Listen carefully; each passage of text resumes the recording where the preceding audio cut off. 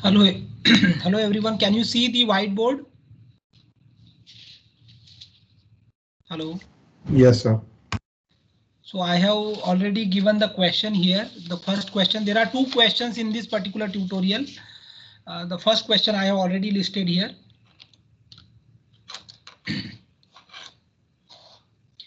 So what is been given in this particular problem is there is a 6 meter cube polymerization reactor. So volume of the polymerization reactor is given, that is 6 meter cube. Has an outer jacket for heating or cooling as necessary. So there is a jacket, outer heating or cooling jacket outside the polymerization reactor. In a particular batch, 5 meter cube of monomer at 24 degrees Celsius is charged into the reactor.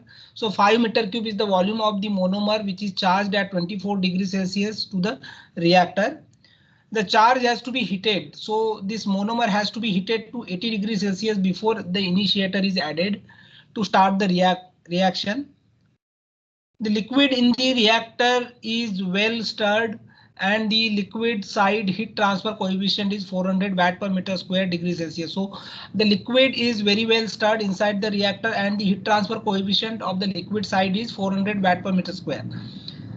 Now again, the hot oil is flowing through the jacket at a sufficiently high rate and the average oil temperature is 125 degrees Celsius. So the temperature of the oil is not changing. That is why this is been given that the flow rate is sufficiently high. And again, the temperature is 125 degrees Celsius. The oil side heat transfer coefficient is also given, that is 300 watt per meter square degree Celsius. If the available heat transfer area is 10 meter square, calculate the overall heat transfer coefficient and the time required for heating the charge to the desired temperature. The relevant properties of the monomer are density is given as 870 kg per meter cube, specific heat is given as 1.81 kilojoule per kg per degree Celsius. Thermal conductivity is given as 0.25 watt per meter degree Celsius. Estimate the liquid film thickness on the monomer side. What would be the heat transfer coefficient for water corresponding to this liquid film thickness? Neglect the thermal resistance of the wall. So this is what the question is given. Okay. So in order to solve this question,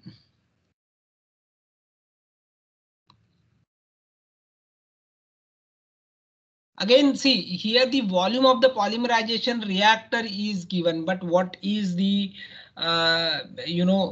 radius or the diameter of the reactor, that is not been given, isn't it? So again, this you can consider this as a cylindrical system. But when if you consider this reactor as a cylindrical system, you need to know what is the inner diameter and what is the outer diameter, isn't it? That is what is required.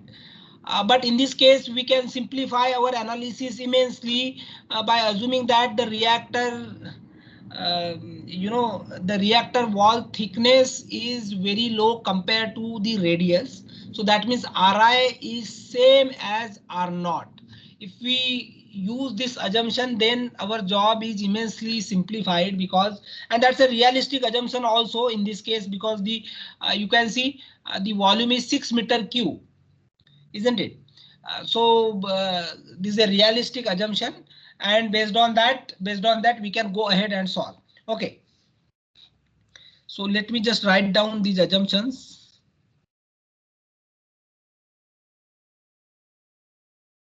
Okay, so what is being assumed here? The thickness of the thickness of the reactor vessel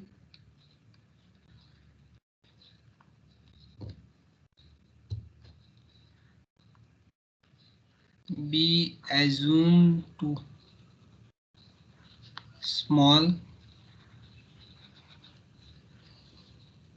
compared to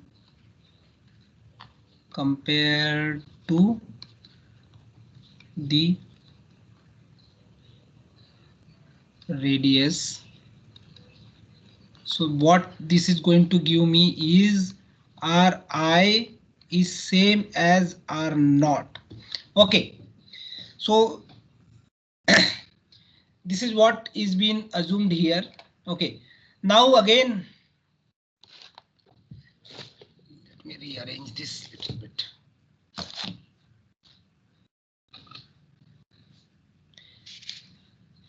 Now,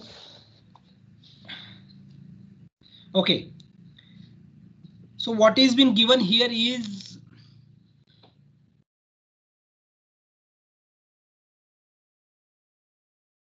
okay. So here the HI is given. HI is given. That is the liquid side heat transfer coefficient.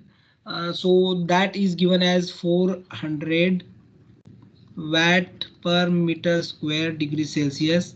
Also H naught is given, that is the oil side heat transfer coefficient, that is given as 300 watt per meter square degree Celsius. So calculate based on the based on this, calculate the overall heat transfer coefficient. Hello, sir. Please go ahead. So can you explain this question pictorially? So there is a reactor. Okay, I'll just do it. So there is a reactor, something like this. Okay, there is a jacket outside this. Okay. So initially 5 meter cube of the monomer is added. 5 meter cube of the monomer is added. There is a oil flowing here. Oil flowing at temperature 125 degrees Celsius. And this is coming at 125 degrees Celsius itself. Isn't it? Because the flow rate of the oil is assumed to be high. Then the H naught here is given, that is 300 watt per meter square degree Celsius. Hi here is given, that is 400. I'm not writing the units here because maybe I just erase this in order to make it clean. So Hi is already there, 400 watt per meter square degree Celsius. Correct. Temperature here initially is Ti is 24 degrees Celsius is there, isn't it? Correct. And it is heated to, maybe this is T1, let's say, and T2 is 80 degrees Celsius, 80 degrees Celsius. Correct. Now what you have to do is you have to find out the time required for that. You have to find out the time required for that. Is it clear now? The question? Yes, sir. Hello, sir. Yes. What is the purpose of the liquid that is present with the monomer inside the reactor? So Purpose of the liquid is the liquid. monomer itself. Okay. Okay. A typical example is a polymethyl methacrylate, which is a liquid which is added to the reactor and it is heated to 80 degrees Celsius. So around 80 the polymerization starts. So around that temperature the monomer such as AIBN, which is azobis isobutyronitrile, that is added, and then the reaction starts where it converts to methyl methacrylate, converts to polymethyl methacrylate. So polymethyl methacrylate is nothing but that toughen glass, that the hard glass which is used as a window sheets, etc. Clear? Is it clear? The perspective is clear. In fact, this example is typically of the PMMA. Everything is matching with respect to PMMA. Okay. Density of the PMMA is also around 870. Okay. So can you calculate the overall heat transfer coefficient based on this?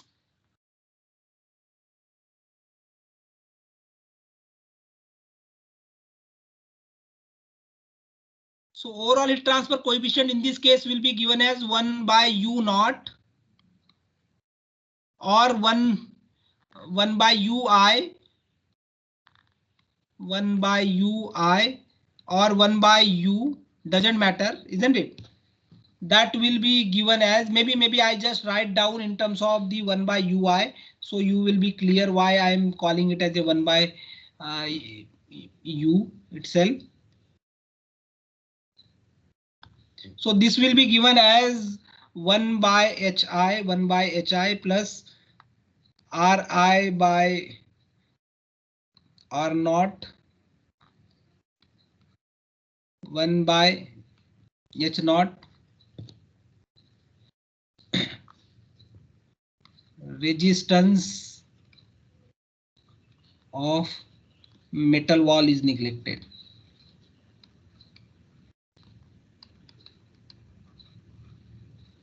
Is it clear to everyone?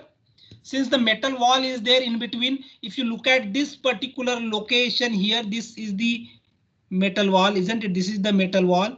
So resistance of this metal wall is neglected, isn't it? So Hi, which is nothing but the heat transfer coefficient inside here, the H naught, which is nothing but the heat transfer coefficient outside, and we are calculating the overall heat transfer coefficient with respect to the inner radius. It doesn't matter because thickness we are assuming very small, so Ri is same as R naught, so it doesn't matter, we can call it as a 1 by U itself.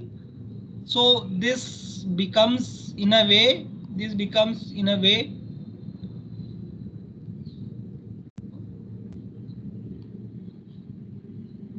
1 by U is given as 1 by Hi plus 1 by H naught. So this is 1 upon 400 plus 1 upon 300. So this gives U is given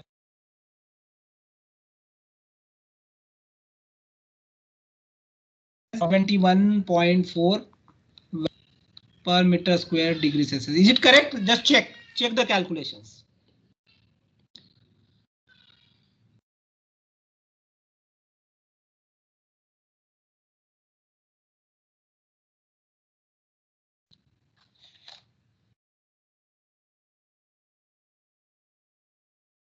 Yes, sir. Okay. Now in this case, this is a similar example to what we have seen in today's class, isn't it? So initially we had the monomer, which is, at a temperature of uh, 24 degrees Celsius, isn't it? If I'm not wrong, just let me just go up. Yes, 24 degrees Celsius, and which is then comes in the contact of the hot oil through the metal wall, and because of that the temperature of this liquid monomer increases to 80 degrees Celsius. We have to find out how much time is required, isn't it? So what are the factors here?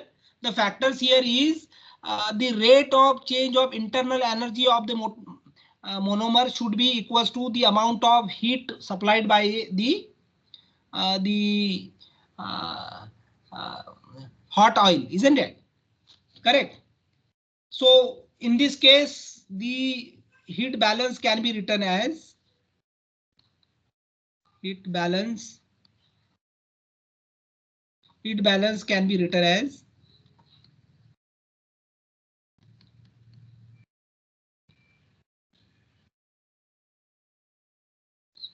mCp dt by dt. So this is nothing but the change in the internal energy of the monomer mass, isn't it? And that should be equals to the amount of heat transferred from the oil to the monomer mass. So that is given as UA delta T, isn't it? So UA T naught minus T. So here T naught is the oil temperature. Correct, isn't it? And what are the boundary conditions? The boundary conditions we can write down as, so boundary conditions are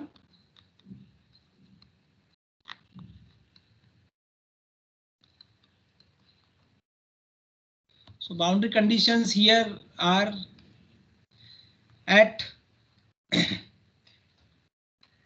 t equals to 0, T is given as Ti, isn't it? So that means T is equals to 24, isn't it? and at T equals to TF, the final time which we are interested in finding. So T is given as, sorry, Ti, we have used T1 and T2, isn't it? So I'm sorry, I am just changing it. So this is T1 and this should be equals to T2, correct?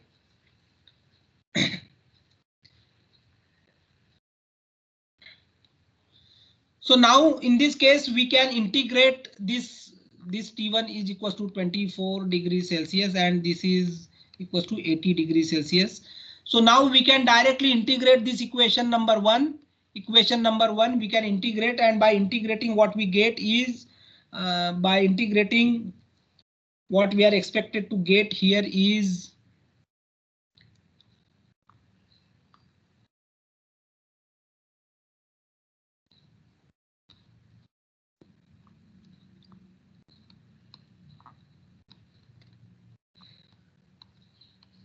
so I am just directly writing this equation. Anyway, we have seen a similar derivation today. So what we are expected to get is exponential of minus UA by MCP into TF. Isn't it? So after integrating one,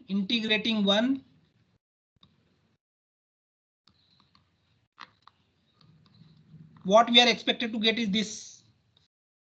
Is it correct?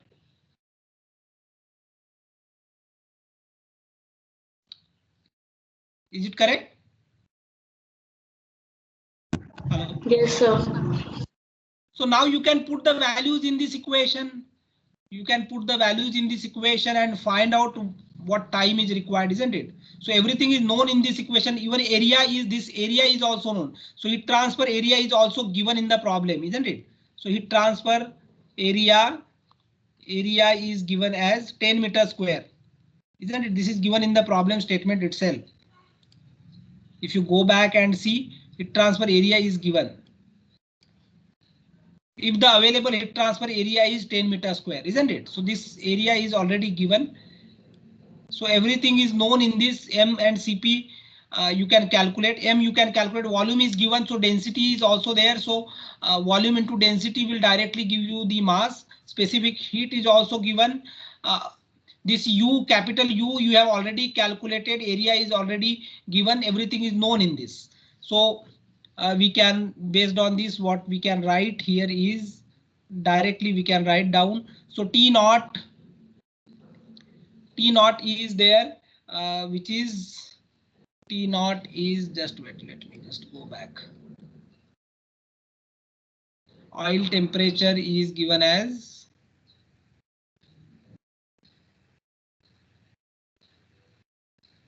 120, isn't it? 125. 125 is the oil temperature given, so that I can write down directly. Okay, so this becomes 125 minus 24 divided by 125 minus 80, and this should be given as exponential of minus U. So minus U is 171.4 into 10 into TF is unknown here, divided by M, which will be volume into the density. So volume is already given. Volume is given 5 meter cube. 5 meter cube is given into 870 is the density, into specific heat is also given. So specific heat is 1810. So everything is known in this equation. You can calculate the value of TF. Sir, in equation 1, shouldn't it be minus UA T naught minus T? Minus UA. So there will no, and there will not be a minus sign, an There will not be a exponential. minus sign because anyway it is the heat is transferred from higher to lower, isn't it? T naught to T. T naught is the higher temperature, isn't it? Oil temperature is 124, whereas T, the actual temperature of the reaction mixture is going to be lower than that, isn't it? This is correct. But sir, in that case, there will not be a minus in after integration. What you are trying to say? There will not be a minus sign. No, this minus sign is correct. Just wait. This minus sign is correct.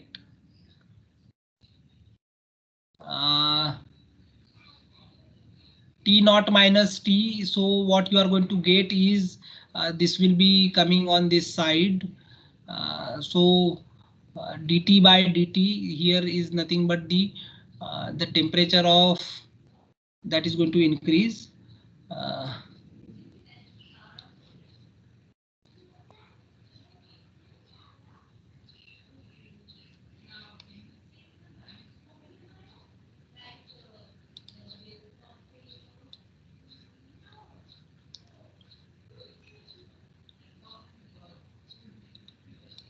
So this will be mcp dt is the increase in the temperature of that, isn't it?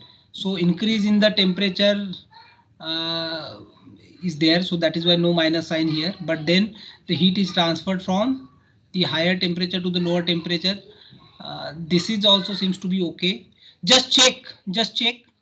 Is there a minus sign? This minus sign is correct. That is I'm sure. If you So, but in that case, there would be T naught minus T2 divided by T naught minus T1. If you are taking, so the final equation, if you are taking a minus sign in exponential term, then it in the left hand side it would be T naught minus T2 divided by T naught minus T1 based on the values of T1 and T2. Okay. I understand. So this is correct. Is it? Is it correct? Sir, it will be opposite, like reciprocal में आएगा ये चीज. I understand. So this minus sign you are saying here, this will be T2 and this will be T1, isn't it? Yes, sir. That is what you are trying to say? Okay, just check. So that minus sign will be here. So what is the final answers? Can you please tell? So what answer you have got? So 3.71 into 10 to the power 3 seconds. That is correct. Yes, that is correct. So this is T2 and this is T1. Is it correct now? Yes, sir. Okay. So TF expected value of TF is around 3714 second. Just check whether this is correct or not.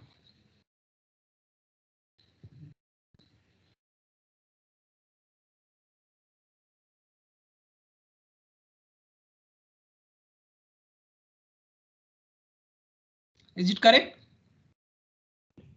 Yes, sir, I got the same.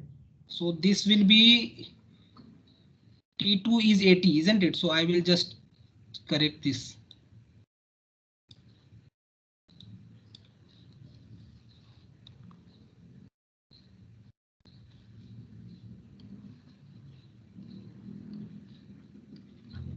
Now it is correct.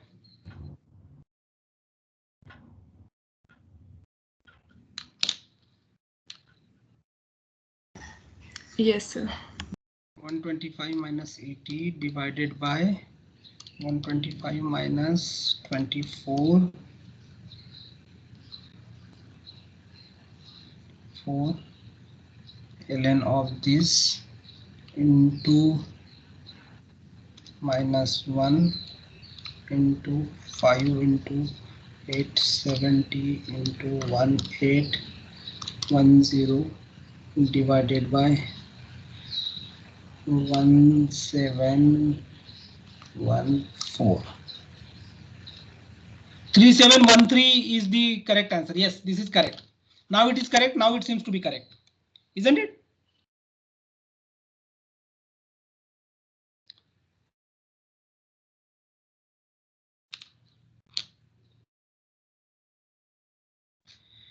Okay. Okay.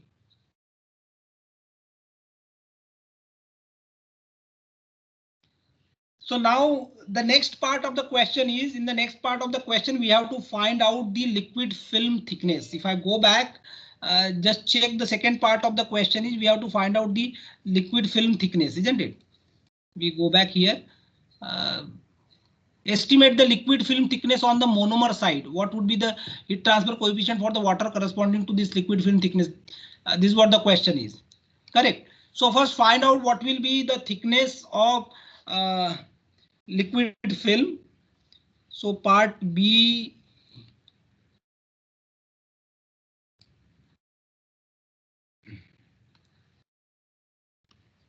So liquid film thickness delta L. So liquid film thickness delta L can be obtained directly as the thermal conductivity of the liquid side divided by HI, isn't it? Remember, that is what we have seen in today's class, correct?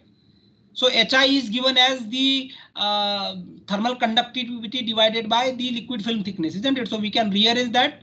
So delta L, which is nothing but the thickness of the liquid film, that can be obtained as KL divided by HI, isn't it? So KL we already is been given in the problem. So KL is given as 0.25, isn't it? 0.25 watt per meter square degree, watt per meter degree Celsius, that is the K, and HI we have already given, that is 400. So this comes out to be 0.000625 meter. So that comes around 0.625 mm. Is it correct? Is it correct?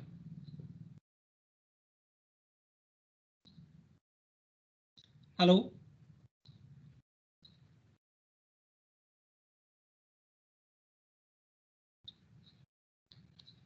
Hello? Yes, sir. Yes, sir. So now the next part of the question is the same film thickness. If instead of having the monomer, if you let's say have a water of the same film thickness, what will be the heat transfer coefficient? So delta L is constant. So what is being asked in delta L is kept constant, that is let's say 0.000625. For the same film thickness, we can write down this as Kw by let's say Hw, which is nothing but the thermal conductivity of water divided by the heat transfer coefficient if the water is used instead of monomer, isn't it? So thermal conductivity of the water we already know, isn't it? If you go back and see previous chapters PPT, I have already given the thermal conductivity of the water, and even if you don't have, you can see the thermal conductivity of the water in this BK Datta's book. In backside there are different tables are given. In that the thermal conductivity of the water you can find out.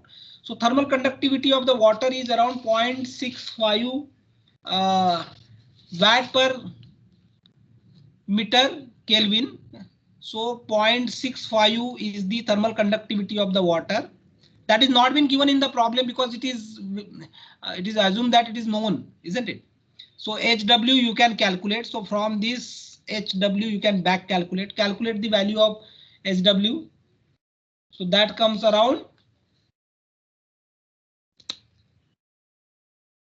1040 watt per meter square degree Celsius. Check whether you all are getting the same.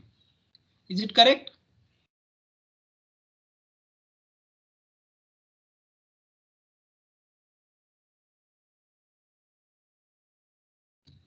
Thermal conductivity of the water.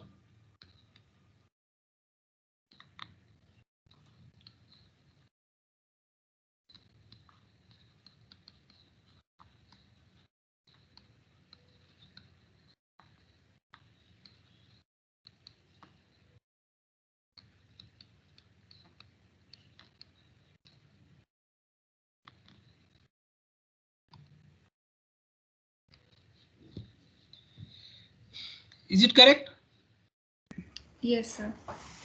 So can we go to, this is the problem number 1. Can we go to the second problem? Can we go to the second problem?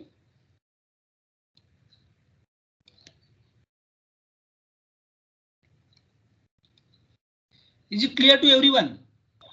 Yes, sir. Okay, so let us go to the next problem. So let me just copy the statement of the next problem.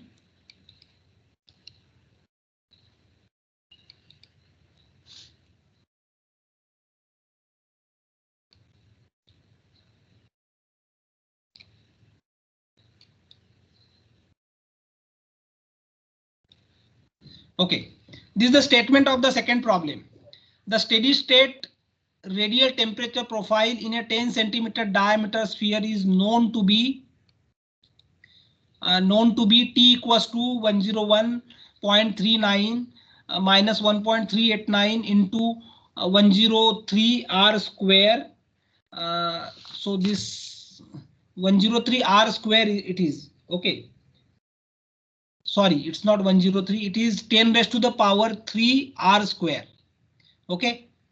So it's not taking it correctly. So that is 1.38 time. Maybe I just write down. Okay. Just to ease out, let me just write down. Okay. So T is given as 101.39 minus 1.389 into 10 raised to the power 3 r square. This is what is been given, T in degrees Celsius and r in meter. Okay. Now the question is, it's again what is been given is its thermal conductivity is 12 watt per meter degree Celsius. The sphere is placed in an ambient temperature of 30 degrees Celsius. What is the maximum temperature in the sphere? Do you think that there is a heat generation in the sphere? If so, at what rate? Calculate the film coefficient at the outer surface. These are the different parts given in the problem. So now what is been given is there is a temperature distribution is given in terms of a equation. Correct? The question is the part A is what will be the maximum temperature of the sphere. So let us look at each parts individually. Maximum temperature is been asked. Maximum temperature. T max. Okay. What is the value of T max? That is what is been asked. So that we can directly obtain from this equation 1, isn't it? So in equation number, remember here we are looking at the sphere. So if you look at the nature of this equation, as r increases from 0 to let's say r, definitely the T is going to decrease. So clearly the maximum temperature is going to be present only at the center when r equals to 0, isn't it? So, Yes, sir. so T equals to T max at r equals to 0, isn't it? So we can directly put r equals to 0 in this equation. What we are going to get is T max comes out to be 101.39 degrees Celsius. Correct? This is the answer of first part. Now what is been asked in part B? In part B, the question is, do you think that there is a heat generation in the sphere? So what is your take on this? Will there be a heat generation in the sphere?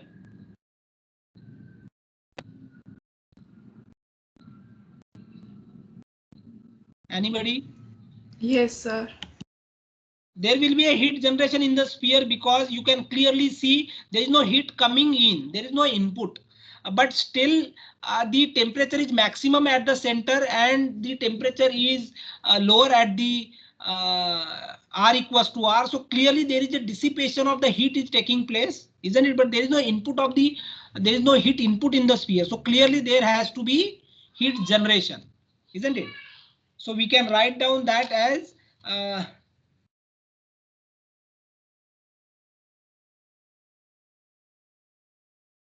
the temperature Temperature is maximum at the center and decreases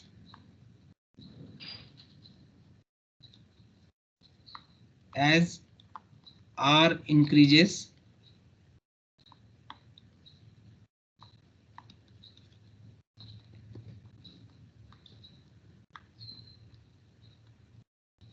Therefore,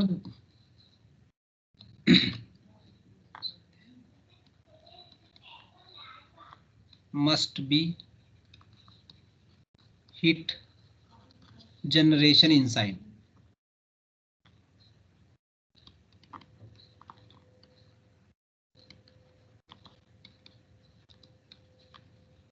Okay.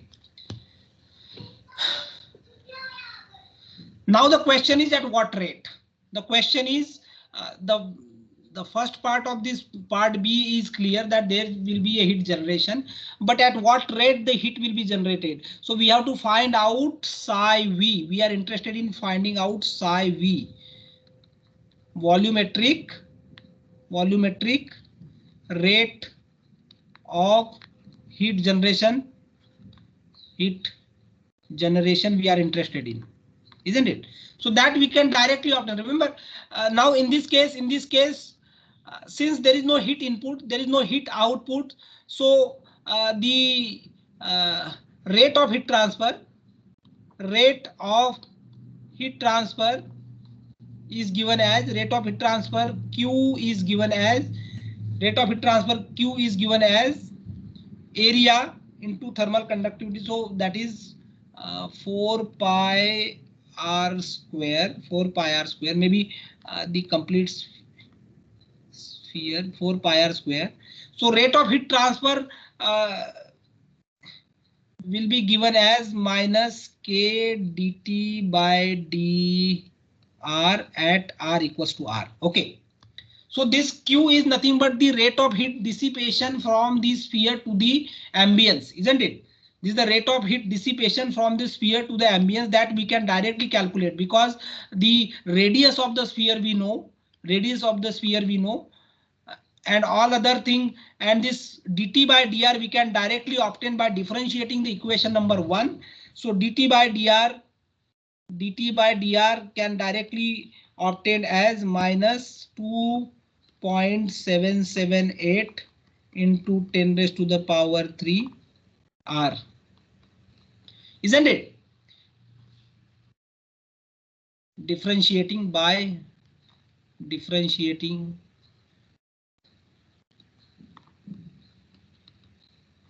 1. So by differentiating equation number 1,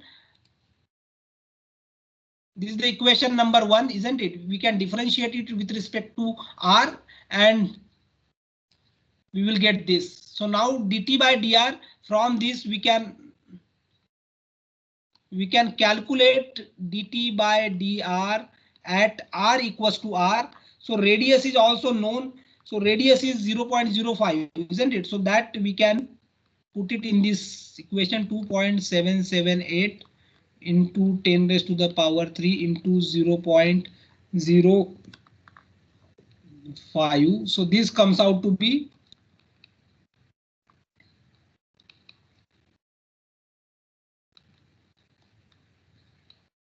So this is the temperature gradient at R equals to R, which we have directly obtained from equation number 1. We can put it in the equation number 2. Let's say this is 2 and this is 3.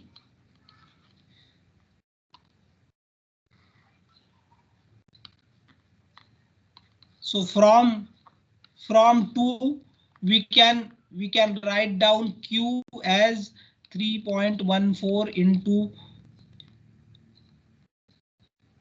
4 pi, so that is, and 0.05 square, so that is radius square, into thermal conductivity is already there. So this thermal conductivity is 12 into, this will be minus sign here. So this minus sign will get cancelled out with this minus sign. So this becomes 138.9 And if we calculate it, so Q comes out to be 52.36 watt, isn't it? Now this is the amount of heat dissipated from the sphere at radius r equals to r. So this is basically the heat dissipated from the outer surface.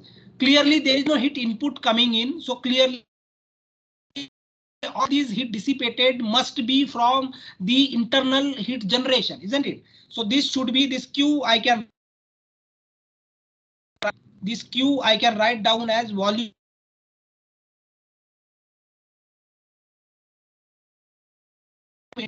4/3 pi r cube, 4/3 pi r cube into psi v, isn't it?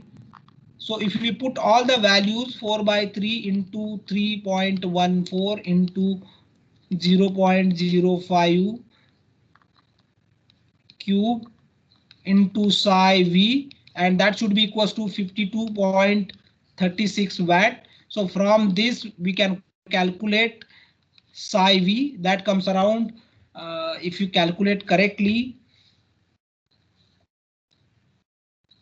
that comes around 10 to the power. 3 watt per meter cube. Is it correct? Just check. Yes, sir. Now this is the answer for the part B.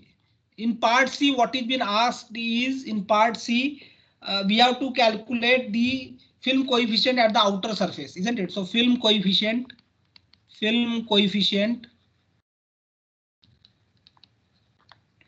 H, that we have to calculate, isn't it? Correct. Now remember here, the total amount of heat which is generated is dissipated outside, isn't it? So we can equate the total amount of heat that is generated as Q, isn't it? So this total amount of heat Q can be equated as HA delta T, isn't it? So that will become H into area. So that becomes 4 pi 0.05 square into delta T. In this case is going to be delta T in this case is going to be Ts, that is the surface temperature at radius r equals to capital R, isn't it? Minus the bulk temperature or ambient temperature. So I just can write here Ta, isn't it? So Q we have already know, that is 52.36 into H into 4 into 3.14 into 0.05 whole square, isn't it? And Ts we can obtain here. So Ts can be obtained. I can just calculate here. So Ts is nothing but T at R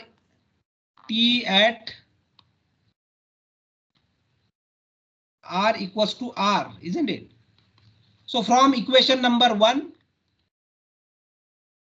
from one, Ts can be obtained as, so equation is, we can write down that equation again, 101.39 minus 1.389 into 10 raised to the power 3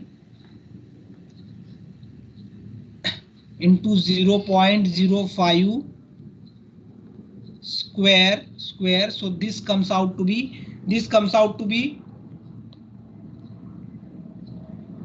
97.9 degrees Celsius. So if you put it here, 97.9 minus ambient temperature is already given, that is 30 degrees Celsius, isn't it? So from this we can calculate H. So H comes out to be, anybody? 24.55. 24.55. 24.55. Is it correct, everybody? Let me just calculate. Yes, sir. Yes, sir. Sir. Divided by 4 into 3.14 into 0.05 square into 97.9 minus 30. 24.55, correct. So this is the watt per meter square degree Celsius. So this is the last part of the question. Is it correct? Everybody able to understand what we are doing?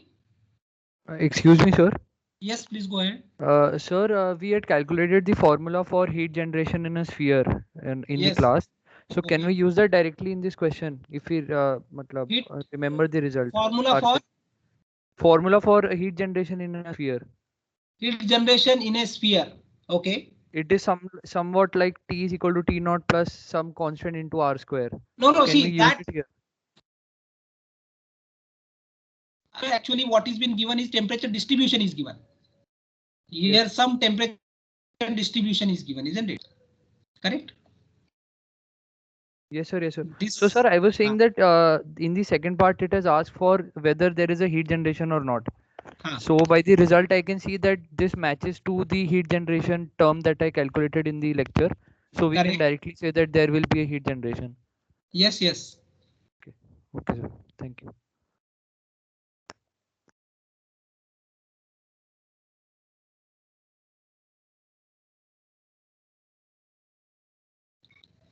Hello. Can we stop here unless you have any question? Hello. Is it clear to everyone? Yes, sir. Hello. Yes, sir.